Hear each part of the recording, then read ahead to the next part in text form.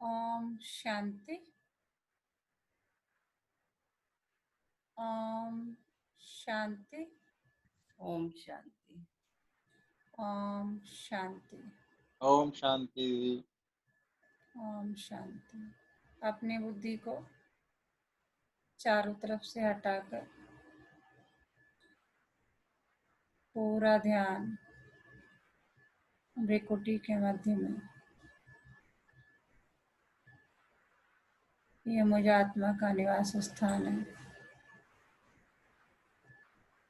मैं आत्मा शांत स्वरूप हूँ। मैं आत्मा प्रेम स्वरूप हूँ।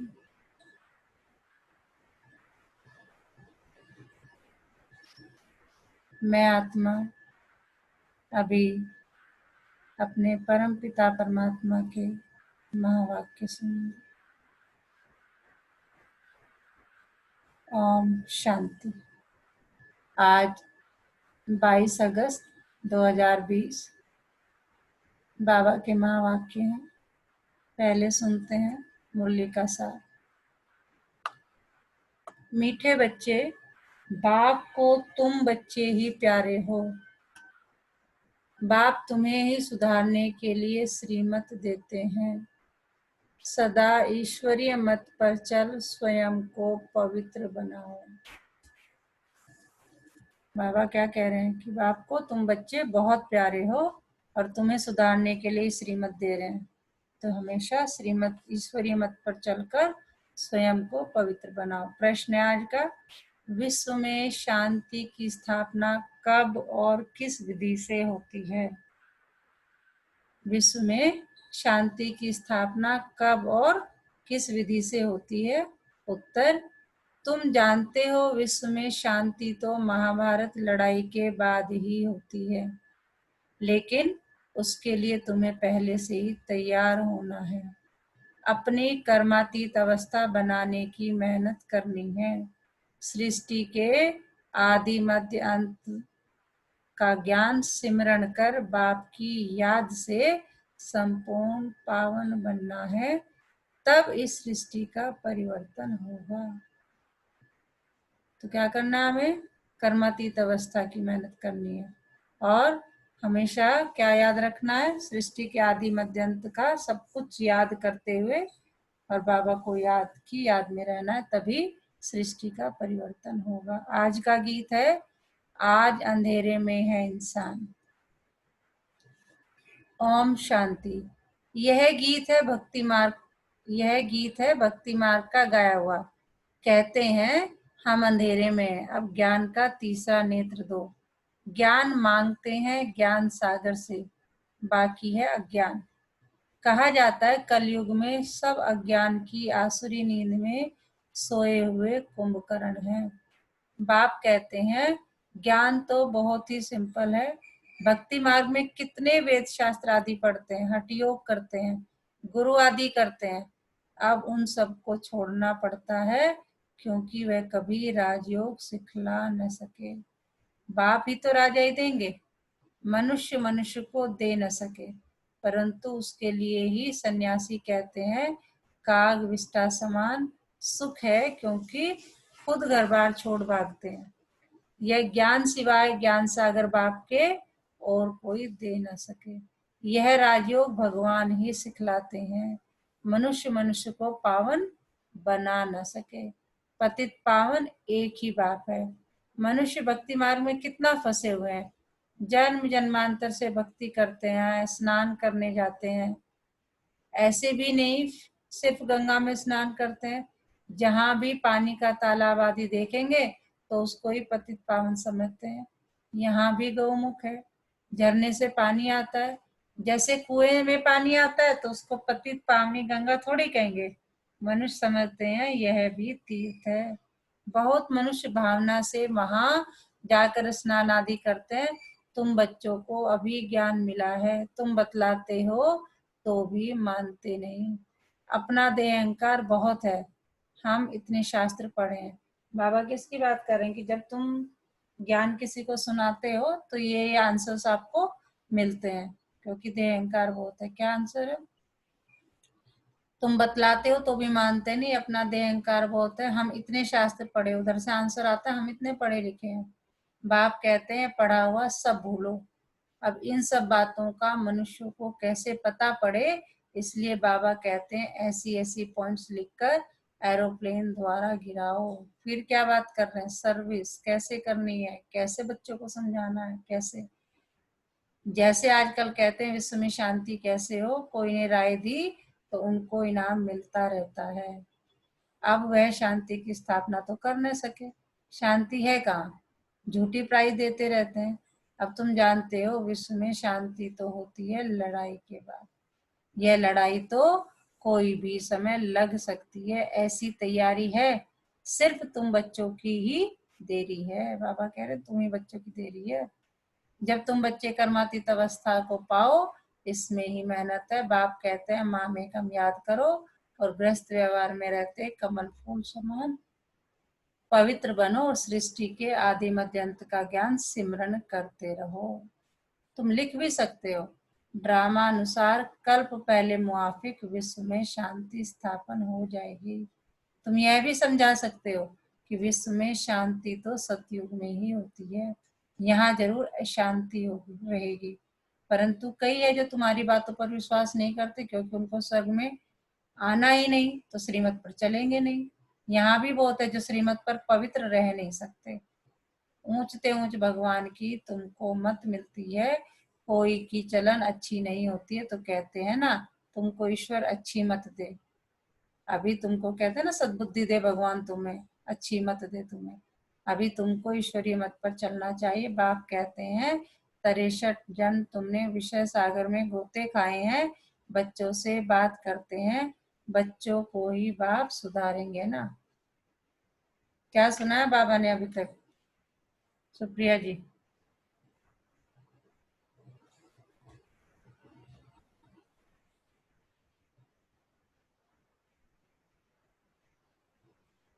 ओम शांति। ओम शांति।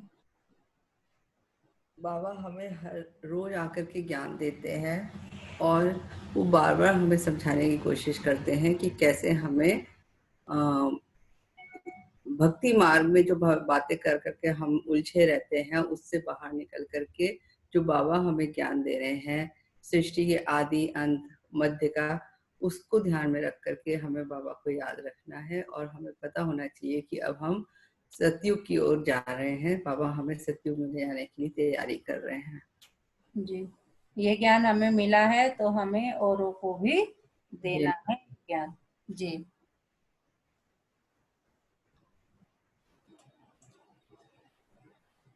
दुनिया को कैसे सुधारेंगे? बाहर वालों को कहेंगे बच्चों से समझो। बाप बाहर वालों से बात नहीं कर सकते। बाप को बच्चे ही प्यारे लगते हैं, सौतेले बच्चे थोड़ी लगेंगे। लौकिक बाप भी सपूत बच्चों को धन देते हैं। सब बच्चे समान तो नहीं होंगे। बाप भी कहते हैं जो मेरे बनते हैं उन्हों को ही मैं वर्षा देता हूँ, जो मेरे नहीं बनते वह हजम नहीं कर सकेंगे, श्रीमत पर चल नहीं सकेंगे। वह है भगत। बाबा के बहुत देखे हुए हैं। कोई बड़ा सन्यासी आता है तो बहुत उन्हों के फॉलोअर्स होते हैं। फंड चंदा इकट्ठा करते हैं, अपनी अपनी ताकत अनुसार फंड्स निकालते हैं। यहाँ बाप तो ऐसे नहीं कहेंगे फंड्स इकट्ठा करो, नहीं। यहाँ तो जो बीज बोएंगे 21 जन्म उसका फल पाएंगे। मनुष्य ध्यान करते हैं तो समझते हैं ईश्वर अर्थ हम करते हैं, ईश्वर समर्पण कहते हैं। वह तो कहेंगे कृष्ण समर्पण। कृष्ण का नाम क्यों लेते हैं? क्योंकि गीता का भगवान समझते हैं। श्री राधे अमर्पण कभी नहीं कहेंगे। ईश्वर या कृष्ण अमर्पण कहते हैं, जानते हैं फल देने वाला ईश्वर ही है। कोई साहूकार के घर में जन्म लेते हैं तो कहते हैं ना आगे जन्म में बहुत दान पुण्य किए हैं तब यह बना है। राजा भी बन सकते हैं, परंतु वह है अल्पकाल काग विष्टा समान सुख। राजाओं को भी सन्यासी लोग सन्यास कराते हैं तो उनको कहते हैं स्त्री तो सर्पणी है, लेकिन द्रौपदी ने तो पुकारा है। दुशासन मुझे नग्न करते हैं, अब भी अबलाएं कितना पुकारती है, हमारी लाज रखो बाबा, ये हमको बहुत मारते हैं। कहते हैं विष दो नहीं तो खून करता हूँ। बाबा इन बंधनों से छुड़ाओ। बाप कहते हैं बंधन तो खलास होने ही है, फिर 21 जन्म कभी नंगन नहीं होंगे, महाविकार होता नहीं। इस मृत्यु लोक में यह अंतिम जन्म है, यह है ही विशेषवर। दूसरी बात, बाप समझाते हैं कि इस समय मनुष्य कितने बेसमझ बन गए हैं। जब कोई मरता है तो कहते हैं स्वर्ग पधारा, लेकिन स्वर्ग है कहाँ? यह तो नरक है। स्वर्गवासी हुआ तो जरूर नरक में, परंतु किसको सीधा कहो तुम नरकवासी हो तो क्रोध में आकर बिगड़ पड़ेंगे। ऐसे ऐसे को तुमको लिखना चाहिए। फलाना स्वर्गवासी हुआ तो इसका मतलब तुम नरकवासी हो ना। हम तुमको ऐसी युक्ति बताएं जो तुम सच सच स्वर्ग में जाओ। तो बाबा सेवा की युक्ति बता रहे हैं कि कैसे समझाना चाहिए। हम तुमको ऐसी युक्ति बताएं जो तुम सच सच स्वर्ग में जाओ। यह पुरानी दुनिया तो अब खत्म होनी है। अखबार में निकालो कि इस लड़ाई के बाद विश्व में शांति होनी है। 5000 वर्ष पहले मुआफिक वहां एक ही आदि सनातन देवी देवता धर्म था। वो लोग फिर कहते वहां भी कंस जरासंधि आदि असुर थे। त्रेता में रावण था, अब उनसे माथा कौन मारे। ज्ञान और भक्ति में रात दिन का फर्क है। इतनी सहज बात में मुश्किल किसकी बुद्धि में बैठती है। तो ऐसे ऐसे स्लोगन बनाने चाहिए। इस लड़ाई के बाद विश्व में शांति होनी है ड्रामा अनुसार। कल्प विश्व में शांति होती है, फिर कलयुगी अंत में अशांति होती है, सतयुग में ही शांति होती है। यह भी तुम लिख सकते हो, गीता में भूल करने से ही भारत का यह हाल हुआ है। पूरे 84 जन्म लेने वाले श्री कृष्ण का नाम डाल देते हैं, श्री नारायण का भी नहीं डाला है। फिर उनके फिर भी 84 जन्मों में से कुछ दिन कम कहेंगे ना। कृष्ण के पूरे 84 जन्म होते हैं। शिव बाबा आते हैं बच्चों को हीरे जैसा बनाने, तो उनके लिए फिर डिब्बी भी ऐसी सोने की चाहिए जिसमें बाप आकर प्रवेश करे। अब यह सोने का कैसे बने? तो फट से उनको साक्षात्कार कराया, तुम तो विश्व के मालिक बनते हो, अब माँ में कम याद करो, पवित्र बनो। तो झट पवित्र होने लग पड़े। पवित्र बनने बगैर तो ज्ञान की धारणा हो न सके। शेरनी के दूध के लिए सोने का बर्तन चाहिए। यह ज्ञान तो है परमपिता परमात्मा का, इसको धारण करने के लिए भी सोने का बर्तन चाहिए। कितनी बड़ी बात आप बाबा ने कह दी है कि बिल्कुल शुद्ध पवित्र पांचों विकारों से रहित हो जाओ, तो तुम्हें धारणा होगी, तभी होगा। पवित्र पवित्र चाहिए तब धारणा हो। पवित्रता की प्रतिज्ञा करके फिर गिर पड़ते हैं तो योग की यात्रा ही खत्म हो जाती है, ज्ञान भी खत्म हो जाता है। किसको कह न सके भगवानोवाद, काम महाशत्रु है। उनका तीर लगेगा नहीं, वह फिर कुक्कड़ ज्ञानी हो पड़ते। कोई भी विकार न हो, रोज पोथा मेल रखो। जैसे बाप सर्वशक्तिमान है वैसे माया भी सर्वशक्तिमान है। बाबा बता रहे हैं कि जो मैं तुम्हें रोज सर्वशक्तिमान कहता हूँ, मैं तुम्हें शक्तियां देता हूँ, ऐसे माया भी सर्वशक्तिमान है।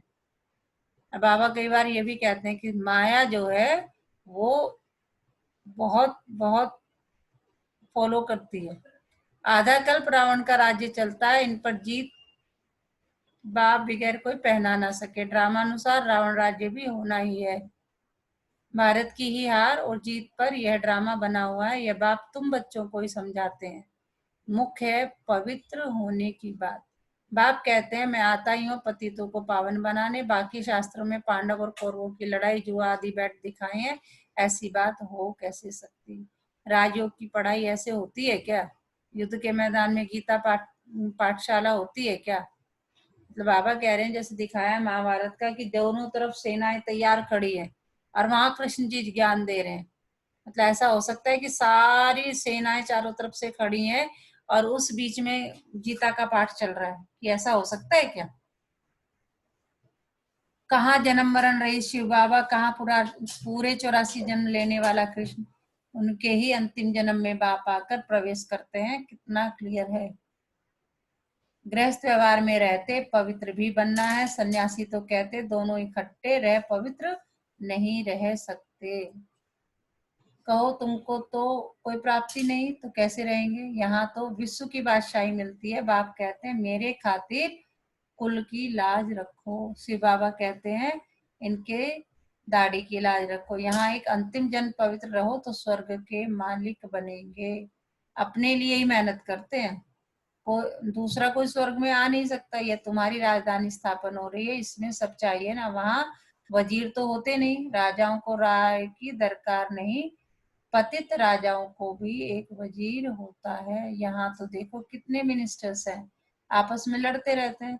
बाप सभी झंझटों से छुड़ा देते हैं। 3000 वर्ष फिर कोई लड़ाई नहीं होगी, जेल आदि नहीं रहेगा, कोर्ट आदि कुछ नहीं होगा।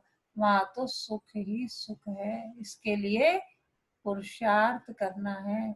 मौत सिर पर खड़ा है, याद की यात्रा से विक्रमाजीत बनना है। तुम ही मैसेंजर्स हो जो सबको बाप का मैसेज देते हो कि मन मना भव। क्या है हम लोग? मैसेंजर्स हैं। किसका मैसेज देते हैं? बाबा का।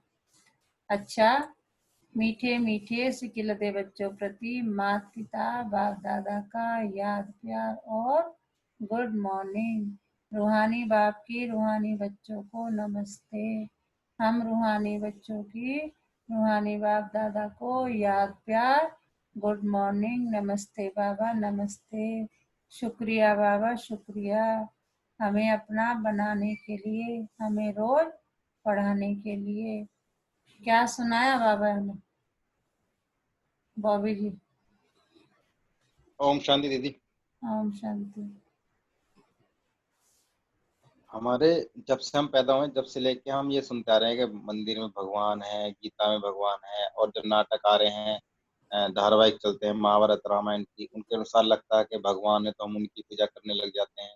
फिर जो हमने अपने परिवार में देखा है हम उसी को ही सब कुछ सच मान रहे हैं। वही वही हमारे लिए सब सच है। लेकिन अब उस सोच को लेकर हम दुनिया को देखते थे, लेकिन जब से राजयोग आपने सिखलाया है, बाबा ने ज्ञान दिया है, जब से इस संसार को देखने की ना एक दृष्टिकोण ही बदल गया है। हम्म। और बाबा कहते हैं कि जो तुम्हें ज्ञान मिला है दूसरों को दो। लेकिन हम्म। यहाँ पे बाबा कहते हैं कि जिस प्रकार शेरनी के दूध को रखने के लिए सोने के बर्तन की आवश्यकता होती है, उसी हम्म। प्रकार मेरे उस ज्ञान को वही लेगा जो सत्युगी वासी होगा। लेकिन फिर भी तुम सबको ज्ञान बांटते चलो एनीहाउ, किसी भी तरीके से। उसको हम्म। पता रहे, कहीं ऐसा ना हो कि वो कहे कि मुझे पता ही नहीं है। हम्म। और अपने कर्मेंद्रियों को वश में करते हुए, सुदर्शन चक्र चलाते हुए आगे बढ़ते रहो। मैं ही तुम्हें 63 जन्म स्वर्ग दूंगा, और उसमें ना कोई लड़ाई होगी, ना कोई झगड़ा होगा, ना कोई कोर्ट कचहरी, सब शांति ही शांति। हम्म। बाबा कहते हैं कि माँ में कम याद करो, आगे बढ़ते रहो। जी। धारणा के लिए मुख्य सार। ज्ञान की धारणा करने के लिए पवित्र बन बुद्धि रूपी बर्तन को स्वच्छ बनाना है। सिर्फ कुक्कड़ ज्ञानी नहीं बनना है। डायरेक्ट बाप के आगे अपना सब कुछ अर्पण कर श्रीमत पर चलकर 21 जन्मों के लिए राजाई पद लेना है। आज का वरदान। आज का वरदान है शुद्धि की विधि द्वारा किले को मजबूत करने वाले सदा विजयी और निर्विघ्न भव। शुद्धि की विधि द्वारा किले को मजबूत करने वाले सदा विजयी और निर्विघ्न भव। एक ही शुद्ध संकल्प, विजयी। शुद्धि की विजय, विजय विजय विजय विजय। इस किले में हर आत्मा सदैव विजयी और निर्विघ्न बन जाए, इसके लिए विशेष टाइम पर चारों ओर एक साथ योग के प्रोग्राम रखो। फिर कोई भी इस तार को काट नहीं सकेगा, क्योंकि जितना सेवा बढ़ाते जाएंगे उतना माया अपना बनाने की कोशिश भी करेगी। मैं, मेरा, ठीक है। और यहाँ संशय क्या हो रहा है, ये सब चल रहा है। इन सब किलों के अंदर इनसे दूर रहेंगे आप सब, प्रोटेक्टिव। इस किले में हर आत्मा सदैव विजयी और निर्विघ्न बन जाए, इसके लिए विशेष टाइम पर चारों ओर एक साथ योग के प्रोग्राम रखो। फिर कोई भी इस तार को काट नहीं सकेगा, क्योंकि जितना सेवा बढ़ाते जाएंगे उतना माया अपना बनाने की कोशिश भी करेगी। इसलिए कोई भी कार्य शुरू करते समय शुद्धि की विधियां अपनाते हो, ऐसे संगठित रूप में आप सब श्रेष्ठ आत्माओं का एक ही शुद्ध संकल्प हो विजयी। यह है शुद्धि की विधि, जिससे किला मजबूत हो जाएगा। यानी जब भी आप कोई काम करें, आप जब किसी अच्छे काम को करेंगे तो उसके लिए माया भी रुस्तम होकर लड़ेगी, ठीक है ना। तो माया रुस्तम है तो आपको भी क्या बनना पड़ेगा, दो दो हाथ लड़ाई करनी पड़ेगी। तो उसके लिए बाबा कह रहे तैयारी करो। कैसे तैयारी करना, सबका एक संकल्प होना चाहिए, विजयी, मैं विजयी आत्मा हूँ, मैं विजयी आत्मा हूँ, इस संकल्प के साथ आगे बढ़ते चलो।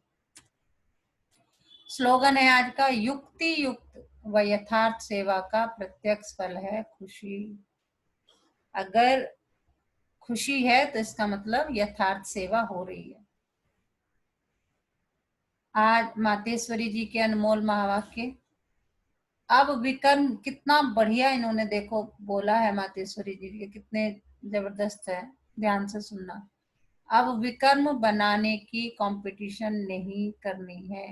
पहले पहले तो अपने पास यह एम अवश्य रखनी है कि हमको किस भी रीति से अपने विकारों को वश करना है। सबसे पहला एम ऑब्जेक्ट होना चाहिए, मुझे किसी भी तरह से अपने विकारों को क्या करना है, वश में करना है, अपनी कर्मेंद्रियों को वश में करना है। तब ही ईश्वरीय सुख शांति में रह सकते हैं। अपना मुख्य पुरुषार्थ है खुद शांति में रहकर औरों को शांति में लाना। इसमें सहन शक्ति जरूर चाहिए। सारा अपने ऊपर मदार है, ऐसा नहीं कोई ने कुछ कहा तो शांति में आ जाना चाहिए, नहीं। ज्ञान का पहला गुण है सहन शक्ति धारण करना। देखो अज्ञान काल में कहते हैं भल कोई कितनी भी गाली दे, ऐसे समझो कि मुझे कहाँ लगी। भल किसने गाली दी, वो खुद तो अशांति में आ गया, उन्हों का हिसाब किताब अपना बना। लेकिन हम भी अशांति में आ जाए, कुछ कह दिया तो फिर हमारा विकर्म बनेगा। तो विकर्म बनाने की कंपटीशन नहीं करनी है। अब उसके लिए क्या करना है, सहनशील बनना है। अपने को तो विकर्मों को भस्म करना है। हमारा क्या काम है अब, विकर्मों का विनाश करना, न कि बनाना। ऐसे विकर्म तो जन्म जन्मांतर बनाते आए और दुख उठाते आए। अब तो नॉलेज मिल रही है, इन 5 विकारों को जीतो। जब तक ज्ञान नहीं था तो पता नहीं ज्ञान जाने अनजाने में कितने विकर्म बना रहे थे, लेकिन अब ज्ञान हो गया है तो क्या कह रहे हैं कि इन 5 विकारों को जीतना है। विकारों का भी बड़ा प्रस्ताव विस्तार है, बहुत सूक्ष्म रीति से आते हैं। देखो कितने अच्छे से बताएंगे कि विकार जो है बहुत सूक्ष्म रीति से आते हैं। कब ईर्ष्या आ जाती है तो सोचते हैं इसने ऐसा क्या किया तो मैं क्यों न करूं, यह है बड़ी भूल। इसने ऐसा किया तो मैं क्यों ना करूं, यह है बड़ी भूल। अपने को तो अभूल बनना है। अगर कोई ने कुछ कहा तो समझो यह भी मेरी परीक्षा है, कितने तक मेरे अंदर सहन शक्ति है। अगर कोई कहे मैंने बहुत सहन किया, एक बारी भी जोश आ गया तो आखिरी फेल हो गया। क्या कह रही मातेश्वरी जी कि आपने बहुत सहन किया, 10 दिन किया, 20 दिन किया, 10 साल किया, लेकिन एक बार भी लास्ट में कहते हैं ना कि एक बार होता है कि सहन करते करते ब्लास्ट होता है। हम लोग यही करते हैं ना, मैं कब तक सहन करूं, मेरी भी एक लिमिट है। ये करते करते अंत में क्या होना है, कहते हैं ना कि जब इकट्ठा होता जाता है, इकट्ठा होता जाता है, पाप का घड़ा फूटता है, ऐसे बोलते हैं ना। तो ऐसे ही वो समझा रही है कि अगर आपने बहुत सहन किया और बाद में एक बार भी जोश आ गया तो फेल हो गए। जिसने कहा उसने अपना बिगाड़ा, परंतु अपने को तो बनाना है ना कि बिगाड़ना। इसलिए अच्छा पुरुषार्थ कर जन्म जन्मांतर के लिए अच्छी प्रारब्ध बनानी है। बाकी जो विकारों के वश है, गोया उन्हों में भूत प्रवेश है।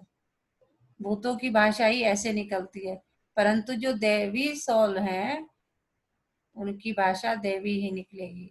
तो अपने को देवी बनाना है, ना कि आसुरी। अच्छा, ओम शांति।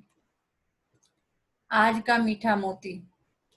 साधारण व्यक्ति हमेशा भगवान को कहता है मुझे इस दुख से छुड़ाओ, और जो महान व्यक्ति होगा वो हमेशा यही कहेगा मुझे इस दुख से लड़ने में सफलता मिले।